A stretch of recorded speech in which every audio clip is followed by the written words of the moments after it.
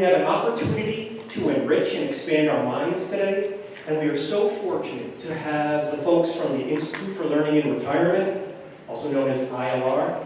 And not only did I get to take a fantastic course over at ILR from their expansive offerings, but I also became an SGL, or study group leader, last fall, where I taught a 4-part film appreciation course. Consider becoming a member of ILR. I'm telling you, you will not regret it. Okay, I'd like to turn it over to Doug Fenishel, Chair of the ILR Communications Committee, to start things off with an introduction to ILR.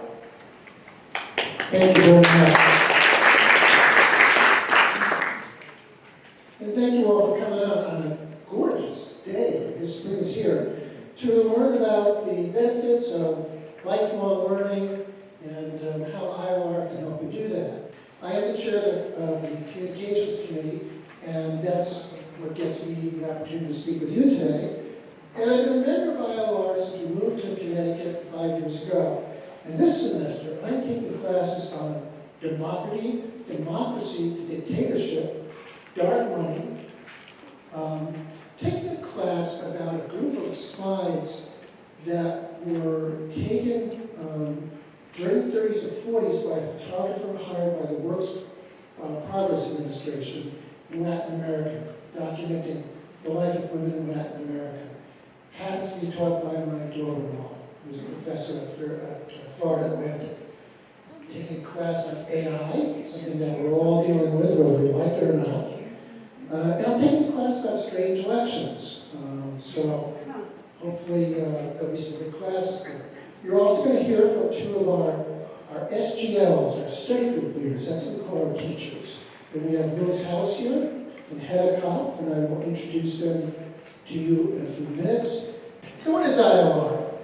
ILR, the Institute for Learning and Retirement, is a bunch of older folks who love to learn. That's it, pure and simple. It's an academic program.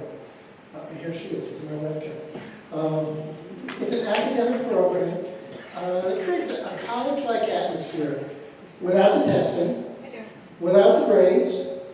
I don't know about your college days, but my college days were punctuated by getting up at the crack of dawn to get those computer cards early on so you didn't have to get that 7 o'clock a.m. class.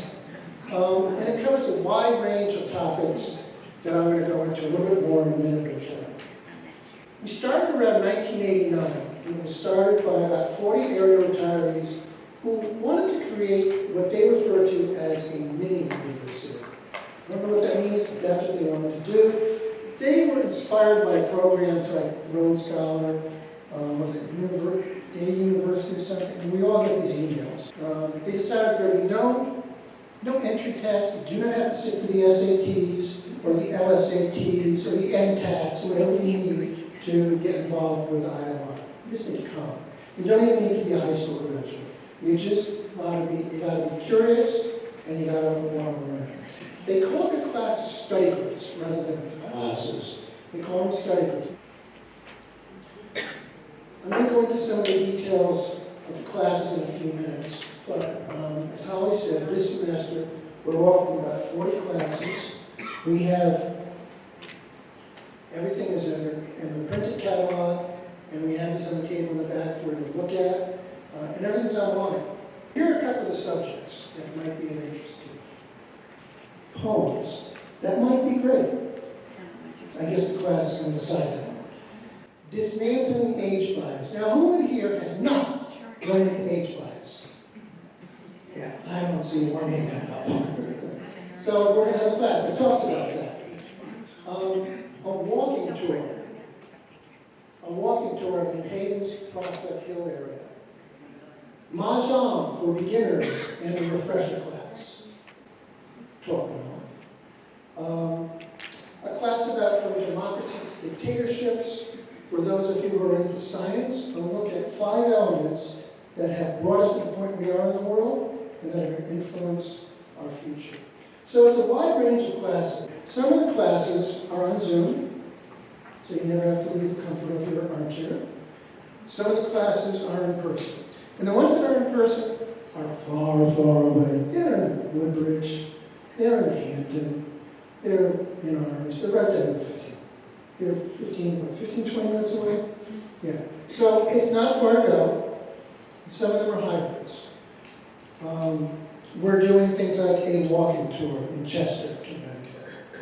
We're doing, as I mentioned, the walking tour in Haven. Some of them are walking tours, you gotta do those in person. I mentioned my daughter-in-law's class, obviously at the Zoom class, as much as we love her too, she's not coming up to Florida to do the class. So there's something for everybody there. I want to talk a little bit about our SGLs, and we've got two outstanding instructors here today, and we're going to introduce them in detail in a few minutes when we get to talk to them. Most of our teachers are retired professors or teachers, or active retired professors or teachers, or they're professionals, experts in the field, and in some places that you might not expect. I did a class last semester on writing your own obituary. How I took that class. You can ask how crazy it is. We have a lot of people come out to it. So how does somebody become an expert on writing your own obituary? You're a newspaperman for 10 years, writing obituaries, and then you become a corporate communications professional who has to write obituaries of every single executive in case they die. And unfortunately, they have to use those once or twice. Some of the other experts, let me introduce you. There's Nancy Abbey. She is the recently retired assistant director of the Norfolk Public Library. She leads our book group discussions. I mentioned Dr. Emily Fenershell. She is a professor of art history at Florida Atlantic University. She just published a book.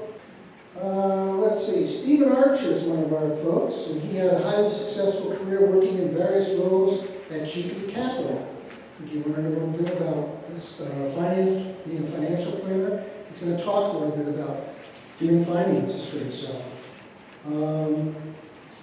Who else? We have Rita Grieger, who's been teaching bridge in this area for 35 years. She has achieved the ranking of Ruby Life Master. Want to learn to play bridge and have a social life? She's an expert at it. You get the idea. I mean, these folks are all highly accomplished in their field, and they're experts. Not only are they experts, but they also have that element, we remember from our college days, it makes a professor a good professor. They love what they do. They're volunteers. They're not doing this for a salary. So why bother doing this? Why bother getting involved with ILR or any other lifelong learning thing? I think you have a gym right down here, right? Raise your hand if you ever go to the gym. That's all? Nobody else goes to the gym. Here is someone else. I'm sorry, I have to remember to close the mouth. How many people go to the gym? Here or somewhere else?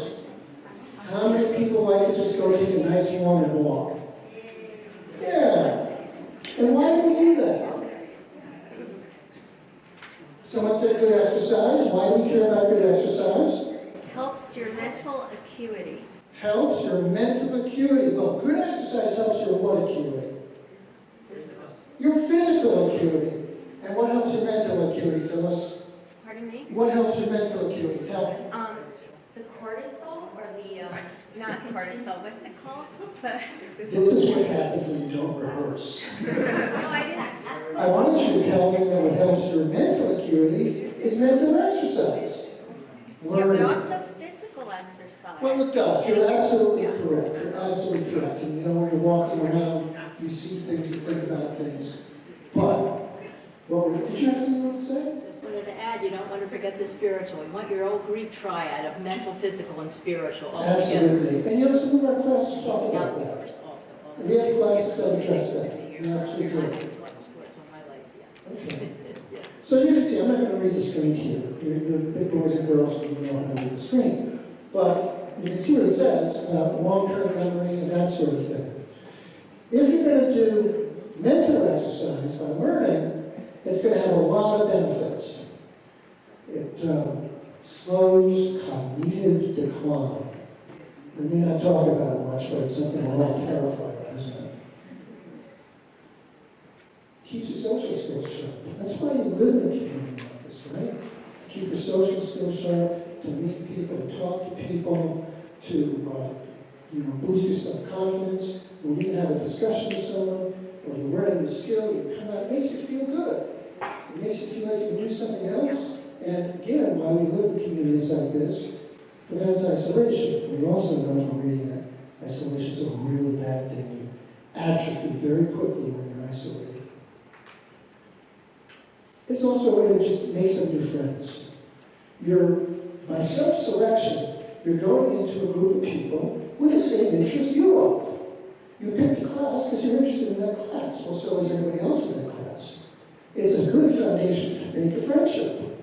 And I think Karen can tell you that in the Mahjong groups that she's taught, is it safe to say every single class has created a Mahjong group that keeps going? I know my last two have, because I get their emails.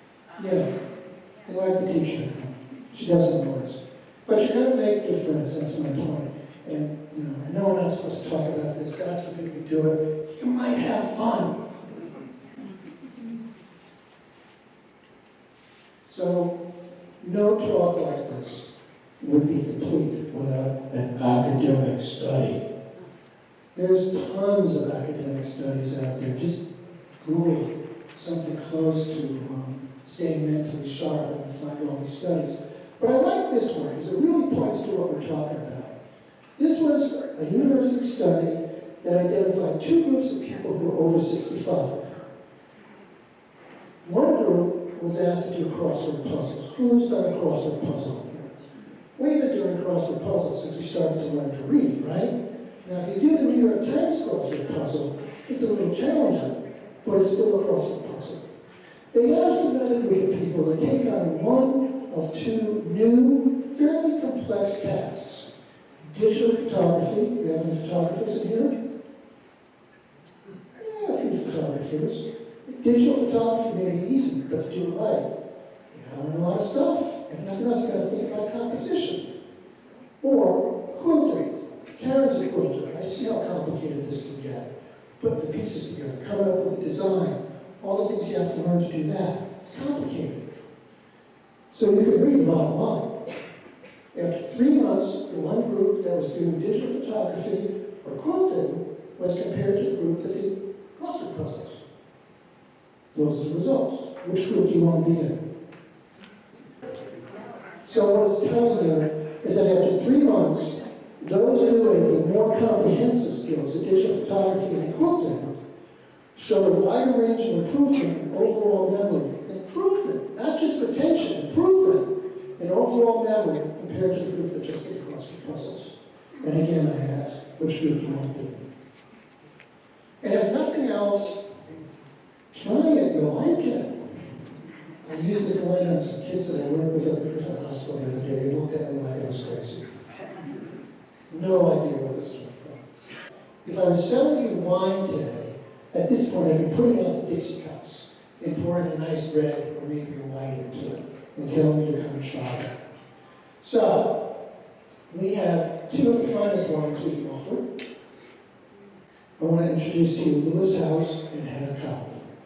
They are two of our SGLs, our teachers. That's Lewis's qualifications. He can introduce himself a little bit more, but what I want to point out to you again, as I was saying, he was a professor in Southern Connecticut. Not everybody gets to do that. Published author. Even today, he's a consultant. This ETS does all the what do they call it, kind of test? The SATs and things like that. So he works with them on that. And he's also very proud to be a vet. We thank you for your service. So with that, all yours. Oh, so you keep going.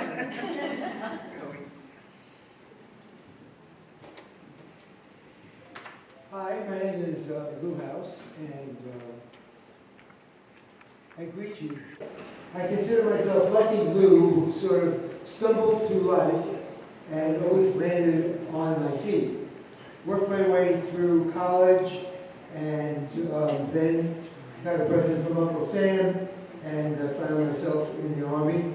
Stumbled through the Army, worked my way through Vietnam, left there, came back to the States. Then the government gave me a treat. I was such a good soldier that they let me out after 2 years rather than 3. And went back to school, graduated, got married, began teaching and ended up at Southern, where I stayed for 40 some odd years, 25 of which was chairman of the history department. That kept me out of the classroom, and that was considered to be my greatest gift that I gave to the students at Southern. But then luckily after retirement, I have been asked to participate in ILR and taught a number of courses. Numbers of students ranged from about 15 to 100, and I remember it was 20 at one point. And here I am now. I don't know what to say about that. But the point is, ILR has been a very interesting experience for me, because not only have I gotten to practice my craft, so to speak, but also to meet lots of very nice people. And one of the things that you learn here is that people in these classes aren't just students who are coming to learn, but people who have so much of a background that they can contribute and do contribute to the classes. And that makes it much more interesting to me, and much more, I hope, interesting to them. The next class I'm going to teach is about presidential elections that have turned out to sort of been strange experiences for the American people. Not where simply one candidate succeeded another, but we really to this point have only had one who wouldn't admit that he lost the election and refused to give it up. That, I would suspect, will be part of what we're talking about. But not all of that is history yet. But it's nice not only that I'm in the class here, but I meet friends. For example, in this area, I have had people in my class from Oronoque.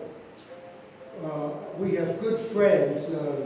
One of them who went to Florida, so she didn't have to be here today, Janet Drummond, who has been a friend of my wife and I for years. And so I was at the gym yesterday. From the looks of me, it looks like I should have stayed longer. But a man came up today at the gym and told me that he was taking my class, or the class that I'm heading, this next month. And so it's great. I meet people, I become friends with them. They take a number of classes, and for me, it's a great learning experience for myself, as well as being able to, I guess that means that they get off. I'm sorry. Thank you very much, Mitch. So, as I was walking around, I realized that there are folks in the back who can't see the back.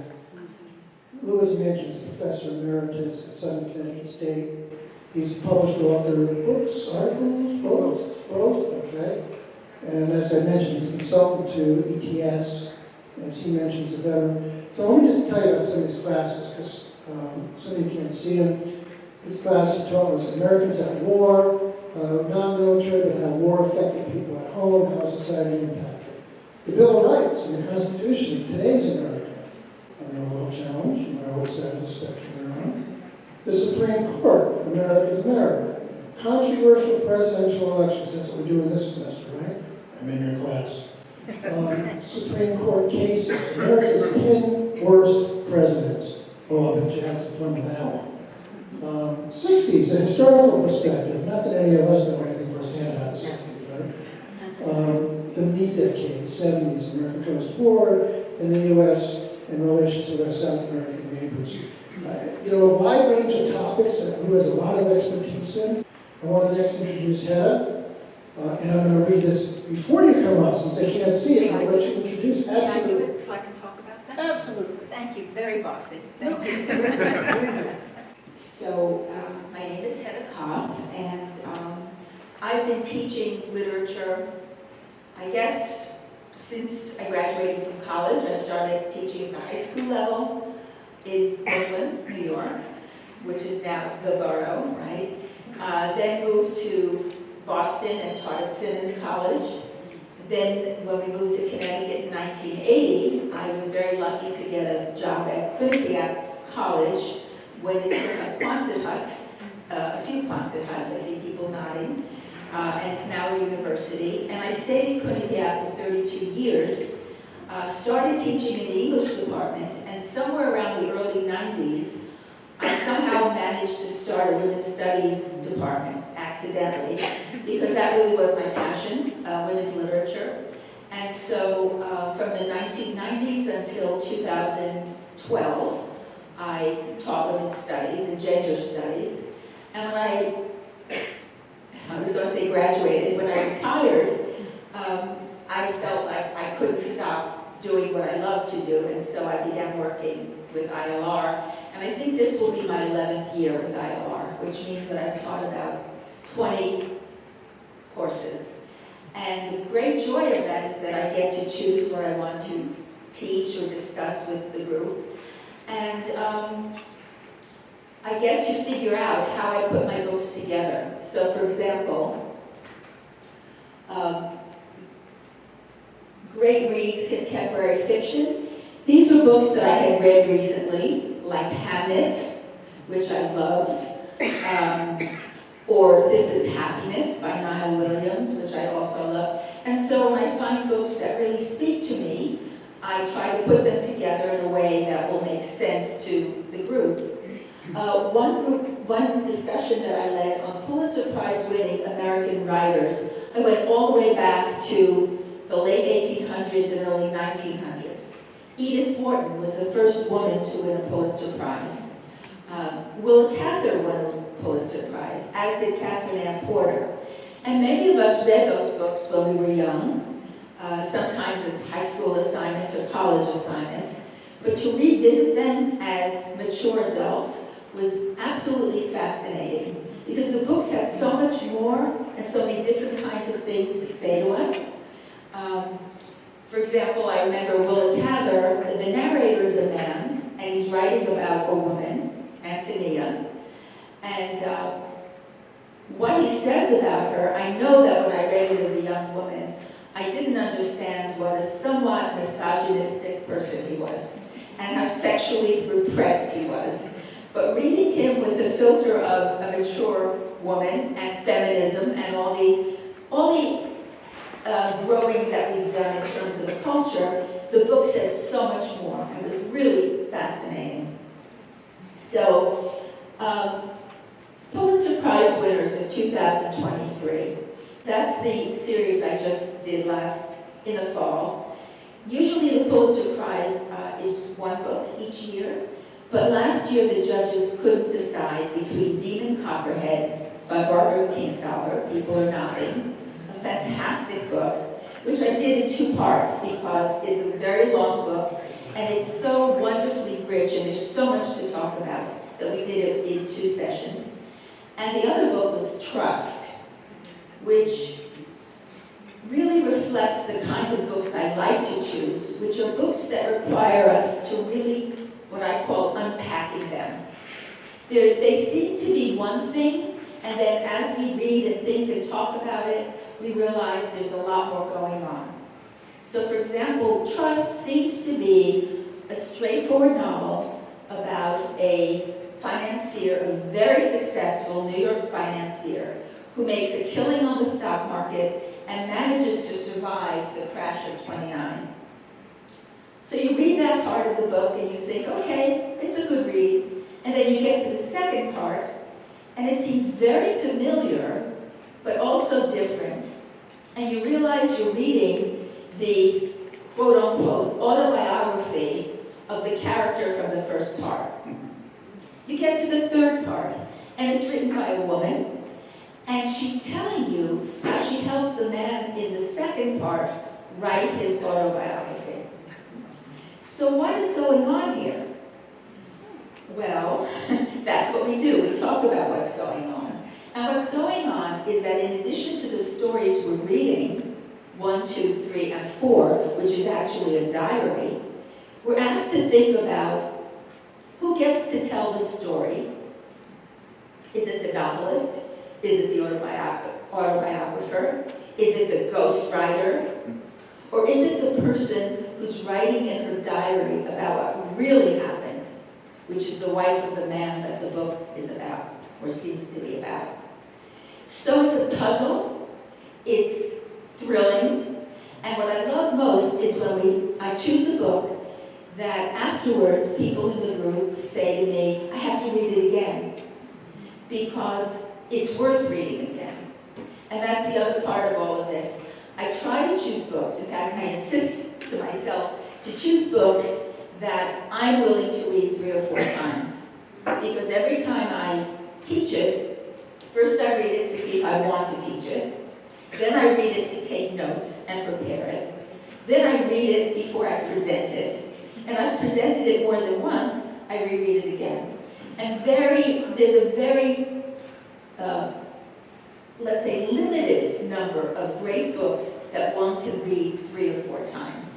And so far, it's worked for me. I've been able to do that. So, one of the books, so I'll be doing contemporary Irish fiction starting next week actually. And in order to prepare this series, I spent from November until January, when I had to give in my list, reading Irish writers, which is a great pleasure because it's a limitless number of wonderful writers, male and female. And I came up with 3, Transatlantic by Paul McCann. I see nodding, people who are familiar with it. And that's the book I'm going to give you just a little sample, a tiny, tiny sample of how I approach this. So the epigraph to this book, the way the book opens, before the title, no history is mute. No matter how much they own it, break it, and lie about it, human history refuses to shut its mouth. Despite deafness and ignorance, the time that was continues to tick inside the time that is. And so that's what this book shows us. It has 3 characters who are actual historic figures. One is Frederick Douglass, who visited Ireland in the 1840s. One is George Mitchell, the Secretary of State, who was one of the important organizers of the peace treaty between the North and South of Ireland. And the other characters are 2 men who actually flew the first transatlantic flight between our side of the world and Ireland, from Newfoundland to Ireland. So these are 4 historic figures who are transatlantic figures. But the rest of the book is about women, 4 generations of women, fictional characters, who are all parts of these histories. And so this book, again, is a wonderful read. It's beautifully written, but it's more than that. It asks us to think about Irish history. It asks us to think about what happened in Ireland affecting the personal lives of these 4 generations of women. And therefore, it asks us to think about how history affects our own lives. The times we live in now, and the times that preceded us, and how they've affected us. So that's what happens with these book discussions. So this is just pure joy, and it gives me a chance to do what I love most and really feel like I'm part of a larger community. So I hope you'll join me sometime. Thank you. I've told you about classes, and I will have told you classes about literature, classes about politics, classes about history,